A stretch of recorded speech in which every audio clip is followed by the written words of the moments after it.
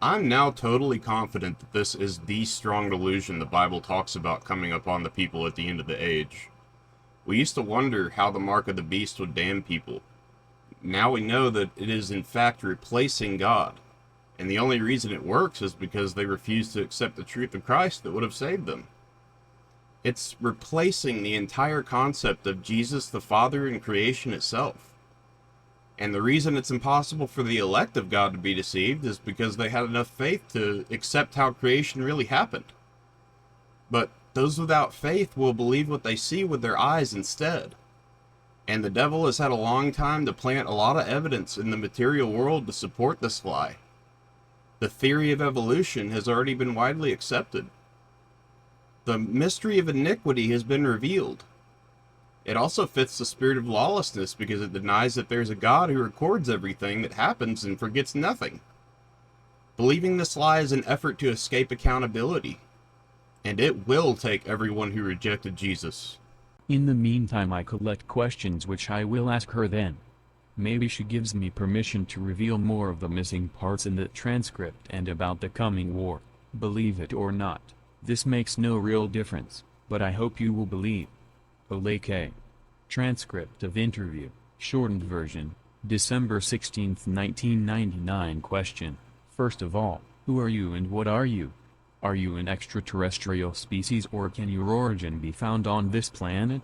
Answer. As you could see with your own eyes, I'm not a human being like you, and to be honest, I'm no real mammal, despite my partly mammal-like body features, which are a result of evolution. I'm a female reptile being, belonging to a very old reptilian race.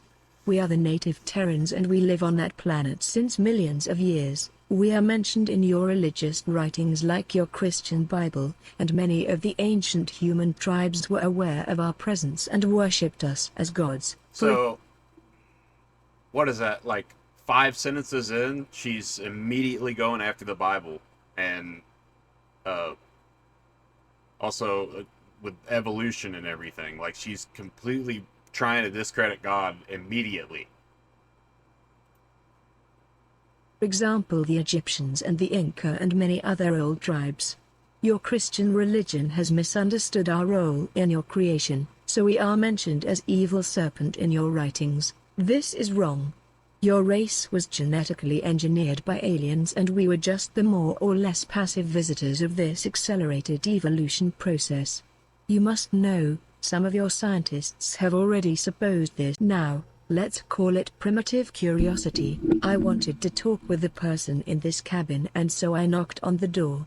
He opened the door and we got into an interesting conversation. His language was not quite yet common at that time for me, but it's not all that hard to learn a new language when one can read the information in the consciousness, awareness of the opposite individual.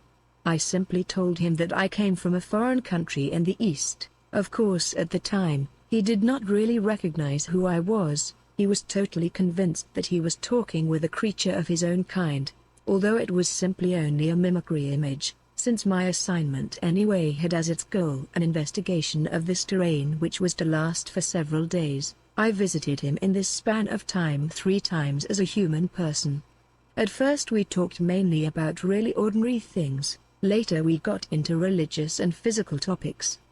He seemed to be impressed by my knowledge, and I was likewise impressed with his clear thoughts and his, for a human being, well-displayed personality structure and his own opinions. So, you see, they're using flattery to try to puff somebody up in order to convince them of something, which is exactly a tactic of the devil. You really like giving yourselves over completely to a public opinion or conditioning, as for example, reptilian species are evil and stuff like that. I steered the conversation in this direction, and DF said something to the effect that he believed in alien species and that they did not have to necessarily be evil, but perhaps only different than his kind are. That pleased me. At that juncture of time, of course, I could not speak concretely with him about my knowledge because he wouldn't have believed me. he would have taken me for a human practical joker.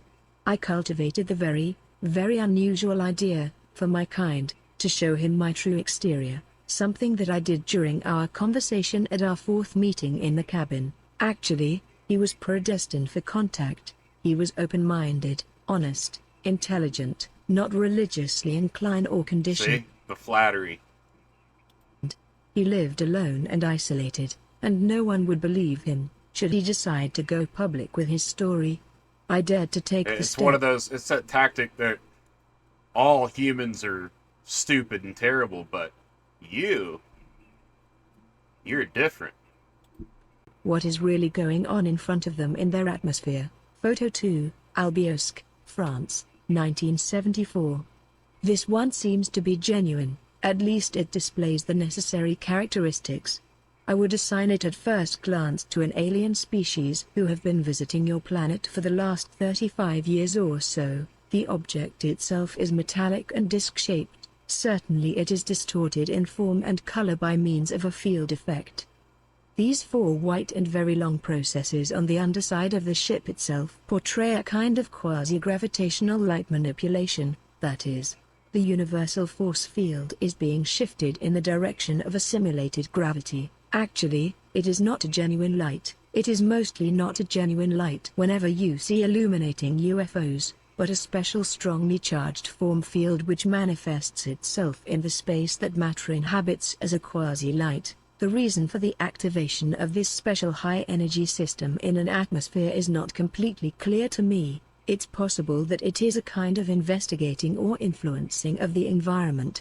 In any case, it is terribly careless of that species to allow this technology to be photographed by humans. Well, I guess that most of you just plain don't understand it, and those who do will not say anything about it to the general public. Photo 4, Petit Chain, Belgium, 1990. This is in fact a genuine aerial object. It is in no way extraterrestrial. Triangular aerial objects in flight are simply not used by alien species, or not in this form, at least. That streamlined kind of form is a human concept.